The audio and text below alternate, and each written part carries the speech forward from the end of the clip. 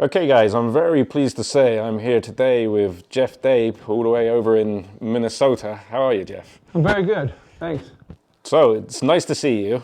Obviously, we see a lot about you online. People talk about the size of your hands, size of your arms and things. But in terms of arm wrestling, how much are you doing these days? Right now I'm not doing as much. I kind of tweaked up my left shoulder and arm a little bit. It's coming back, so hopefully by June I'm ready for to try Michigan States and see how it goes. Yeah, and you're going to be competing in open class or masters? Or... I'm hoping to do open and maybe masters. We'll see how it goes, see how it feels. Yeah, and how have you been since the injuries that you've had? How are you? I'm doing good. It's getting better. It was really bad a year ago, and I had lost the strength in my hand and up into my arm, but now it's basically just the last little bit in the shoulder where I get a certain angle when I pull. And have you had any specific types of treatment, or are you just letting No, them... I just had an X-ray and didn't look like anything was tore. So it's just more of a must be a strained muscle. I start next week, go see a guy with some therapy to try to do maybe work the back muscles, the other muscles to help strengthen it back up. A question that I can imagine that you may have been asked is, these days there's a sport, if you call it that, called slap fighting. It's becoming really popular. We've seen Dana White from UFC. Has anyone approached you just because? Yes. They have, yeah? There was the gentleman that's in Las Vegas that runs it out there, reached out to me about getting into it and doing it with him. Mm-hmm. And he was going to pay for me to go out and the physical and all that. And I just told him no. At my age, I says, I don't need to get whacked that hard. I said, my memory's already bad for being old, and I don't need to forget everything, so. Would you have considered that if it was 10, 20 years ago or not, do you think? Maybe 20 years ago. Yeah. You know, like I said, I would be 60 in June, so I'm, yeah. It's not. Everyone says, well, if you get the hit first, I says, well, if you don't, I don't. You watch some of the matches, they really rattle your cage, you know. Yeah, it's dangerous, I would say.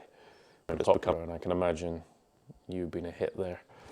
What do I do with this? I try to hook you. What do I do?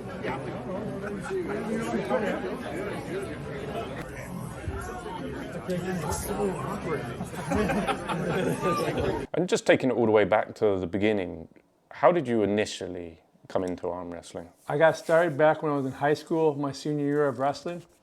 Our coach took us over to a benefit. They were having a benefit for a family, and when we got over there, there was the people that held arm wrestling in the Minnesota area were doing a little exhibition and stuff, and I ended up getting on the table and I beat all the kids, and I beat all the adults that were putting on the event, and I just got hooked into it because I liked wrestling in high school, which is one-on-one sport, and that's what arm wrestling is. You get the same feeling before you get on the table and while you're on the table. So.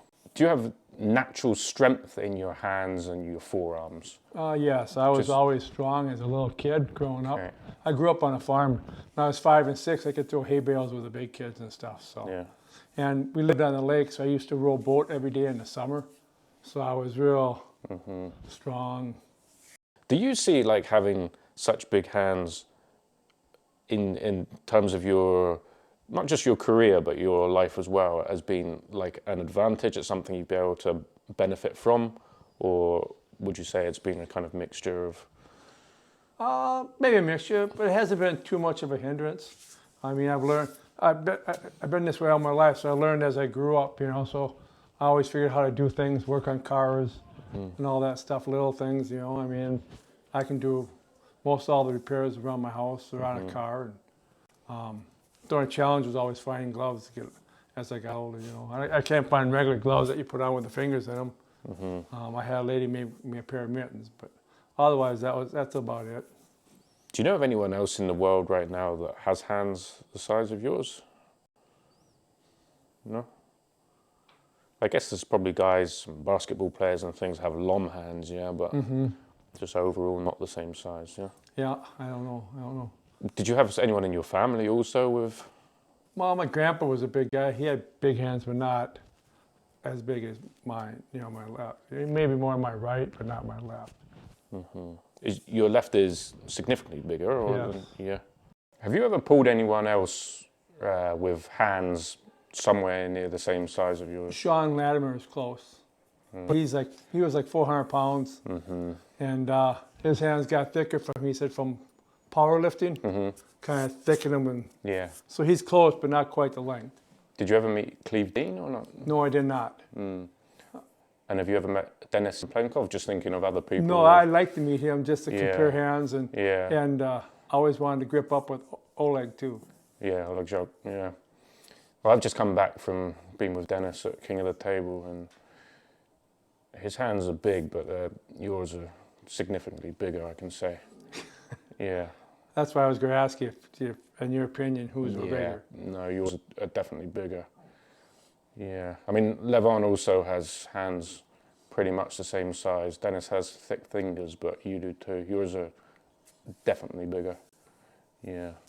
But I think it'd be interesting for you and Dennis to grip up. Yeah, I always wanted to Both grip of you, up it's with him, interesting. and like I said, Oleg.